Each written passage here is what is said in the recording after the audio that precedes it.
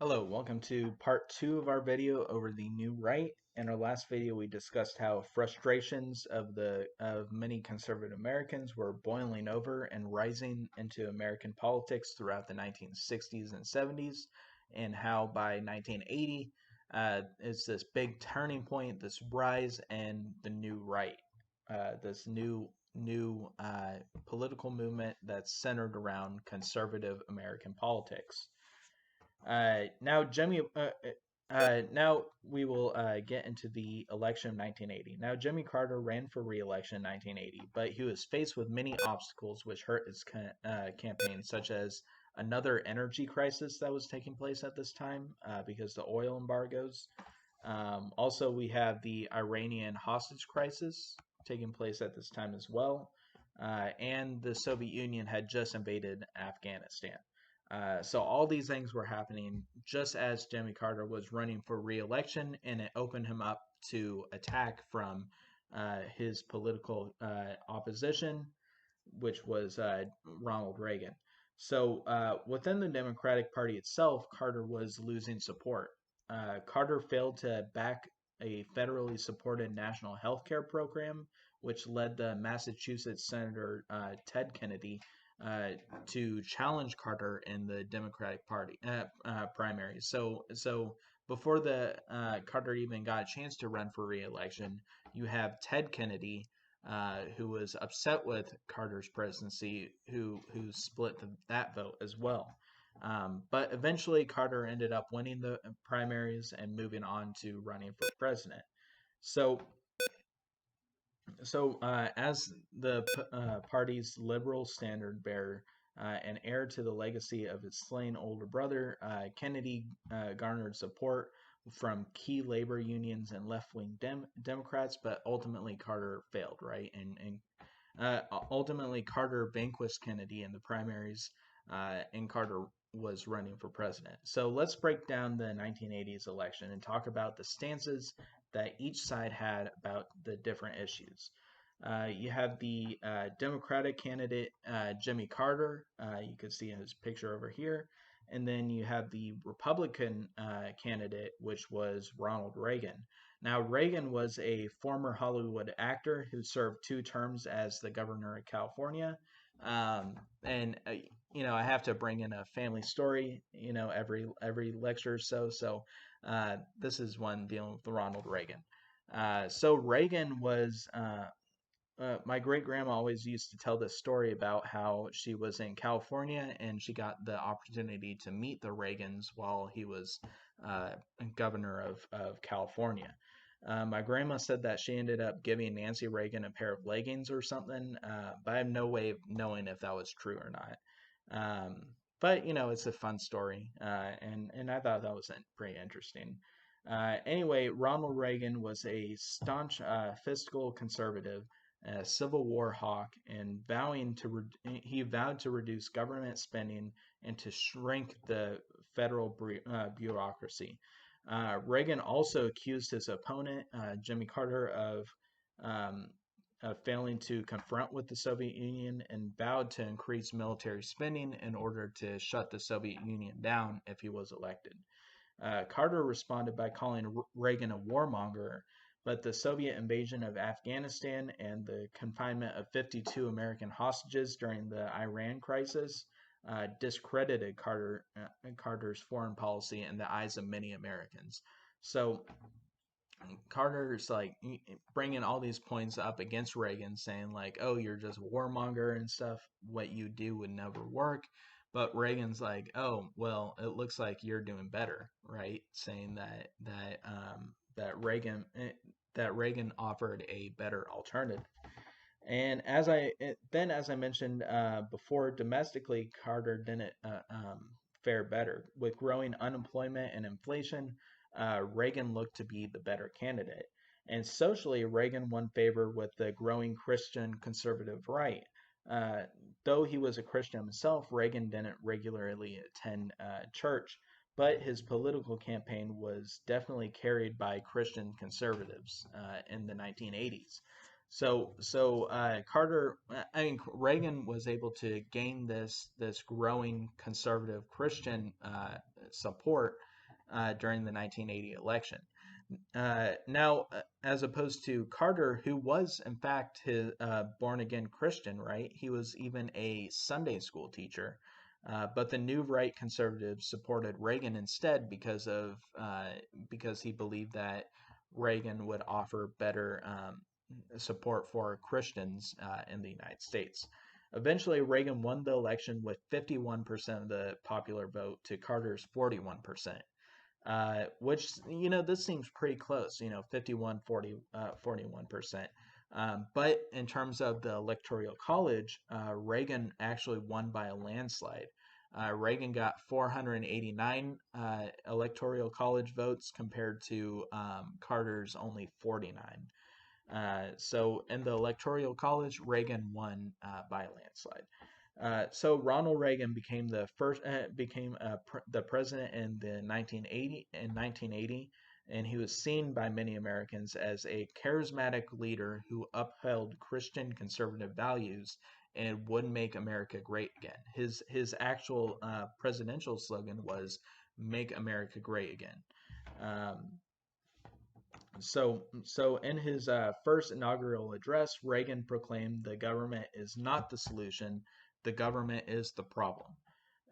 So Reagan, one of his biggest stances is saying reduce federal government, increase local governments, right? That down with this big government controlling everything that's taken place for most of the 20th century. The best way for America to thrive is to reduce government.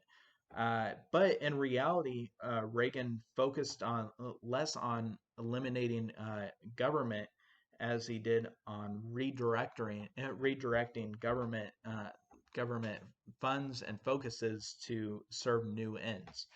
What I mean by this is that Reagan didn't really seek to eliminate big government. Instead, he hoped to redirect the government's support from many social programs through budget cuts and move these funds to things like military spending. And one of Reagan's major ideas is that, and we'll get more into this in part 3 and 4. One of Reagan's major ideas is the best way to defeat the Soviet Union in the Cold War is to overspend them, right? Increase the military budget, increase our military so we could outspend the Soviet Union and cause them to become bankrupt, which is ultimately what happened. So Reagan ended up diverting public government funds from social programs like welfare and food stamps and stuff, and then redirected that into funding the military. And since then, since the 1980s, we see an unprecedented advance in military spending. Now, this money, so so anyway, the military, Reagan sought to expand the military in order to bankrupt the Soviet Union. So getting rid of big government was one of Reagan's goals, but the alignment in that he wanted to free up the economy and cut taxes for big businesses. That was one of the other things that Reagan really pushed for. So Reagan was a huge supporter of this idea of Keynesian economics, which focused on increasing consumer demand, which would then boost the economy, right? That if more people are spending more money, then this would mean that it would help the overall government. This eventually turned into the popular phrasing Reaganomics, right? This conservative economic policy aimed to stimulate the economy by ending stagflation. So this resulted in Reagan promoting this idea of trickle down economics, which we'll get into in just a second. Um, okay, so this is what trickle down economics is. By cutting taxes on the rich and big businesses and providing government bailouts for large companies, Reagan argued that the money flowing from the very top would trickle down to the lower income Americans and workers and stuff. That by giving all this money to the rich would use this money to hire more people, increase wages, and lower overall unemployment. And this would mean that more people would be going to work and stuff, more people would have jobs, and this would increase consumer spending, which then would help the economy out. And conservative economist Arthur Laffer predicted that lower tax rates would generate so much economic activity that federal tax revenues would actually increase. And this became known as the Laffer curve. Um, however, Reagan's trickle down economics faced a lot of hesitation amongst Democrats. And even his vice president, George H.W. Bush, who would later become the president of the United States, called his plan voodoo economics.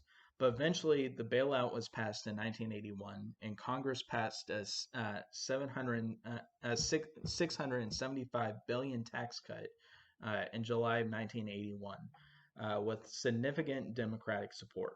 The bill reduced overall federal taxes by more than one quarter and lowered the top marginal rate from 70% to 50%, with the bottom rate dropping from 14 to 11%.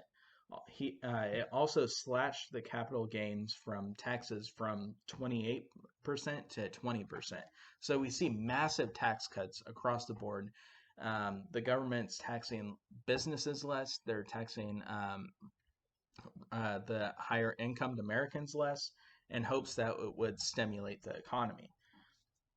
And while this was happening, Reagan hoped to suppress some of the labor strikes from across the country and increase the decline of unions in the United States from 20% of the workforce in 1980 to 12% in 1990. So while this was all happening, Reagan also and made active efforts to cut unionized labor in the United States too, because he was very anti-union. And as we mentioned in our previous video, unionized labor almost completely dissolved in America during this time and continues to decline in the United States today. And this is just one of the long impacts of Reagan's presidency. So in this picture, we could see just what trickle down economics really means, right? So how we're told it works, and this is a picture of wine glasses being stacked up and wine being poured into the top glass. It would overfill and then go into the bottom glasses and then eventually trickle down to the bottom. That by cutting taxes and giving bailout monies to these companies, they hope that this extra income would eventually go down to the workers, right? The lower income Americans and so forth. But this in the bottom, we could see what actually happens, right? So the rich, they end up getting all this federal money, all these tax cuts, and getting richer. And then instead of it trickling down to the lower glasses, what happens is the wine glasses get bigger and bigger and bigger and never actually go down to the bottom. So this is one of the criticisms of Reaganomics and this trickle down economics, but this this actually happened that despite so even after this 675 billion-dollar tax cut, um, the rich, these big businesses, they ended up just keeping all this money for themselves and didn't distribute the wealth. So what actually happens is, the government gives all this money to the rich, and then the rich ended up keeping it for themselves. They didn't hire more people, and this actually ended up hurting the economy. So Reaganomics was a huge part of Reagan's plan to increase the economy. Did it work out as he hoped? Initially it did not. Over the long term, who knows? That's sort of up in the air.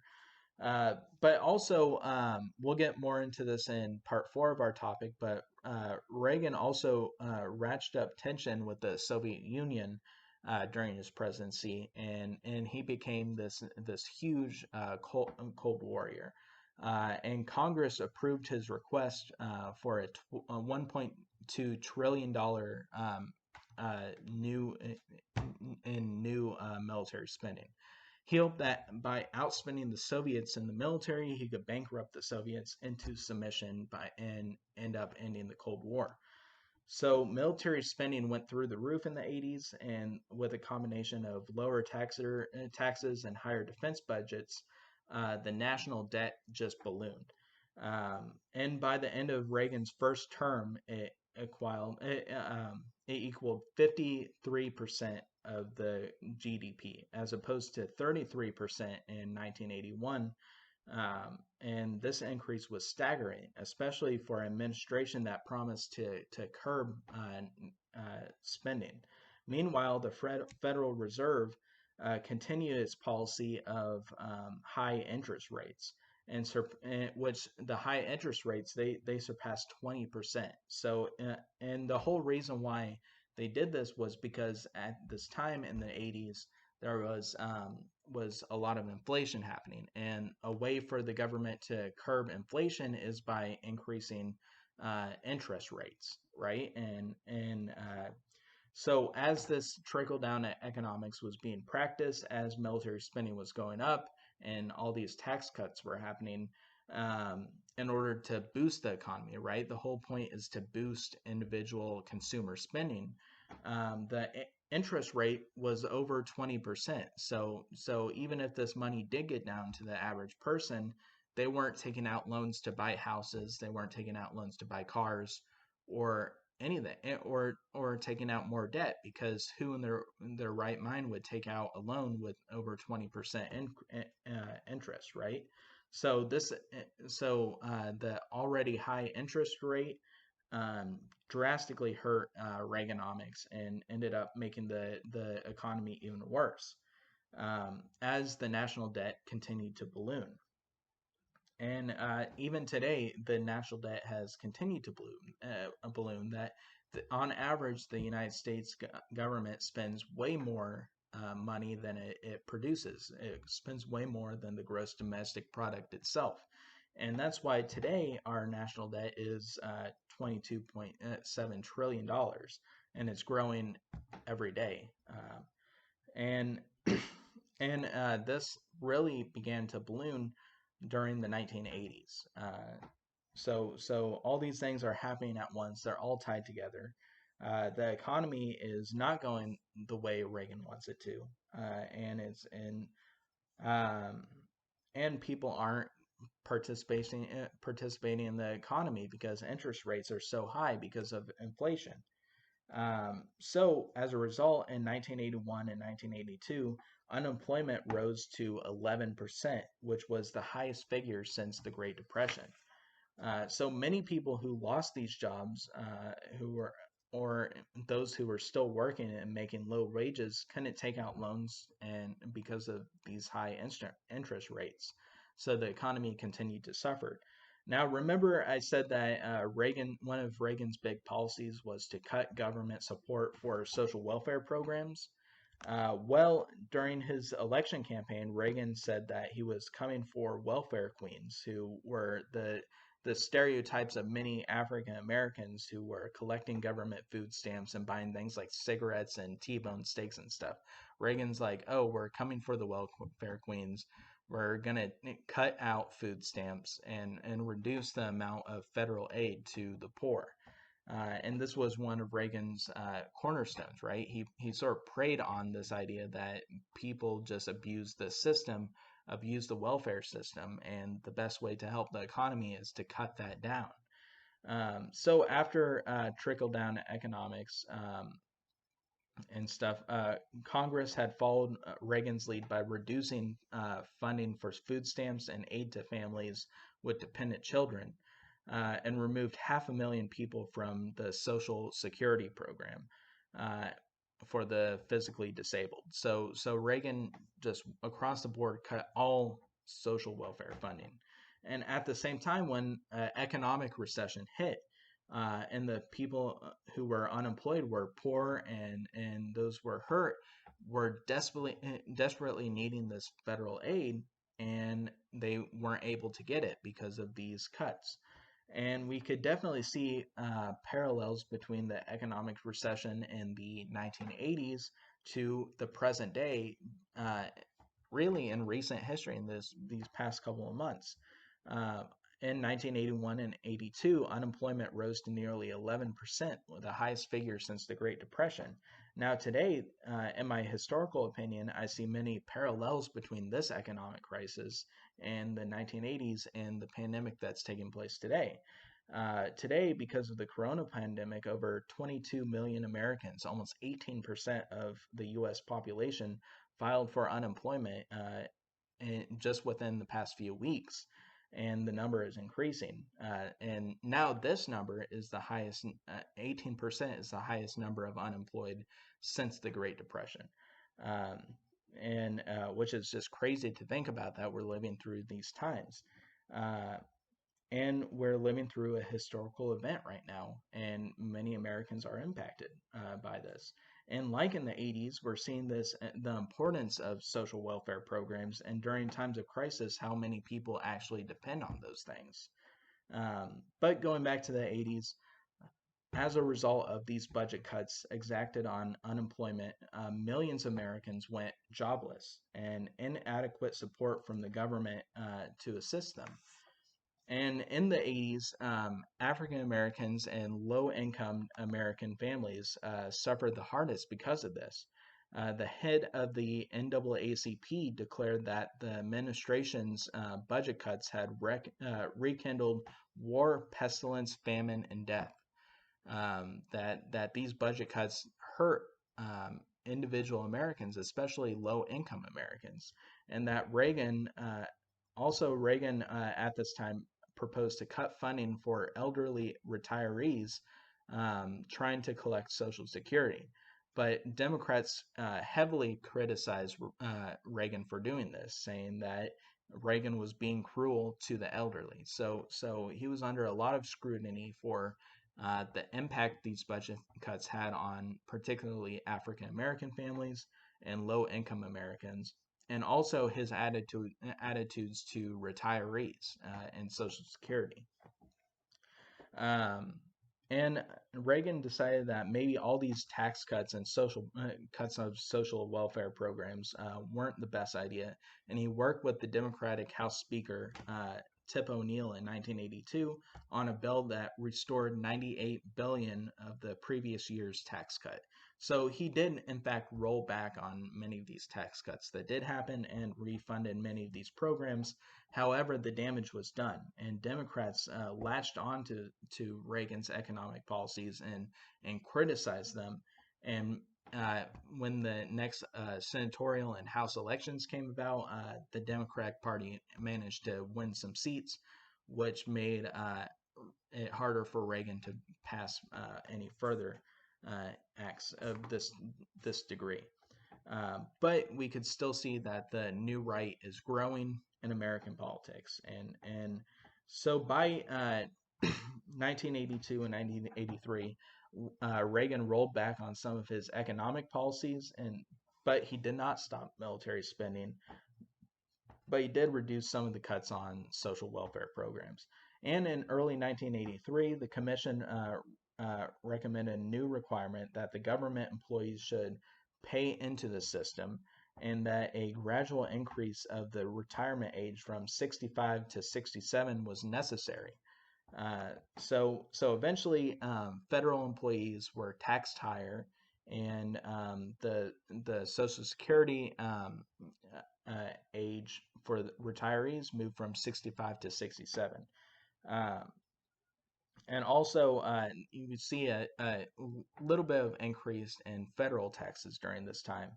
Um, and so the president, by 1984, there was a huge economic, resurgence that took place. That the economy started to get better. Um, the president benefited from the economic rebound, and real disposable income rose from 2.5% in 1983 to 5.8% in 1984. So disposable income nearly doubled in this 1 year time between 83 and 84. Um, and unemployment dropped from 7.5% in 1980 to 7.5% in 1984. And remember that before I said unemployment was 11% in 82. Meanwhile, the high interest rates reduced from 20% to just 3%. So we see an opening up of the economy. The economy is starting to take a turn for the better, starting to do better.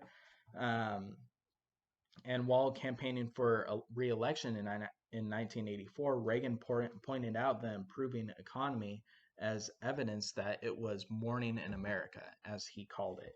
That morning is coming, the night's over, and things are going to start to get better.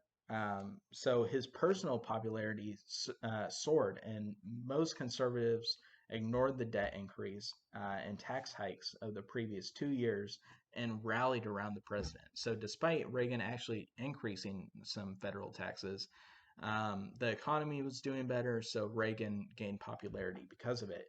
Now, how much Reagan actually did towards helping the economy out, it's sort of up in the air. Um, but just for a general rule, of presidents, that if the economy is going bad, they usually just blame the person who came before. And if the economy is starting to do well, they take all the credit for it. So that's just, a general rule of politics that was happening. And it definitely helped to boost Reagan's popularity by the 1984 election. If the economy was not doing so well in 84 by the time the election came, Reagan may have not been elected as president again. But because the economy was doing better, he was reelected, and this continued the growth of the new right, increasing in American politics. Um, so, it's sort of up in the air amongst historians if Reagan actually did help the economy by his trickle down economics. But he did face many.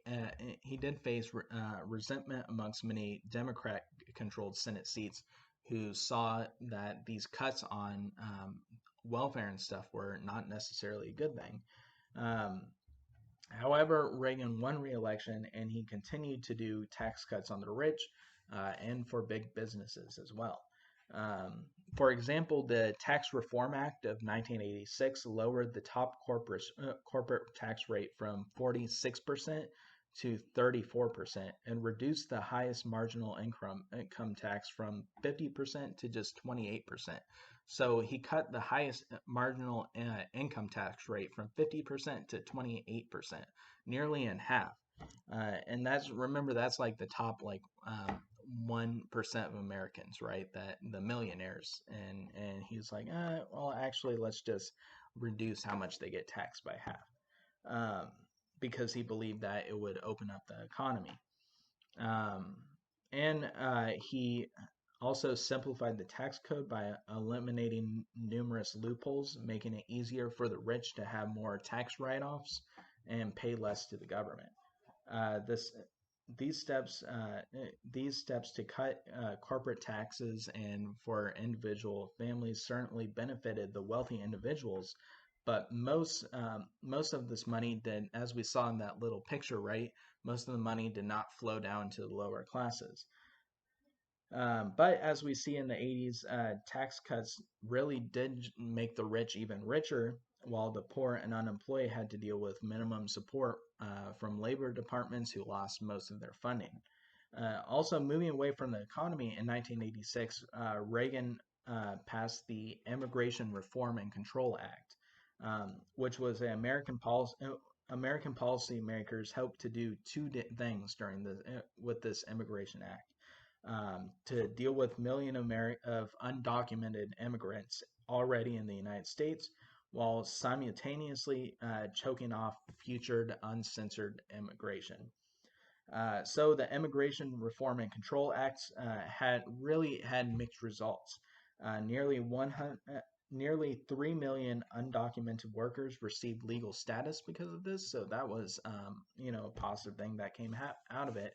On the other hand, illegal immigration in the United States has continued to increase since the 1980s and remains one of the major dividing issues of American politics today. Um, uh, but we also see he did things like, increase the retirement age from 65 to 67. Talking about Reagan's early presidency, he did a lot towards his domestic policy, especially with economics. He introduced Reaganomics, this idea of trickle down economics, tax cuts for the very rich, in order for the wealth to trickle down to the bottom of American society. Um, and this remains a cornerstone of the new right today, and many Republican political leaders believe that this is the best route and to ensure economic productivity is by reducing taxes, and also at this time we see uh, this Christian conservative right latching on to Ronald Reagan and believing that he upholds Christian American values. Um, all right, that concludes part two of this topic over the new right and Reagan's presidency. Um, for better or for worse, Reagan changed American politics and ushered in a new major shift of the new right in American political attitudes. Mainly his economic programs, such as Reaganomics, um, remains a cornerstone of the right today. Now, in part three and four of this topic, we'll wrap up the 80s by discussing what's happening culturally and socially at this time during this decade. And then we are going to get into the final years of the Cold War and how Reagan did or did not help usher in the end of the Cold War. So please go look at both parts of these videos. And then on Wednesday, please look at parts 3 and 4 of this video. I hope you're all staying healthy and safe. And if you have any questions, please email me. Thank you.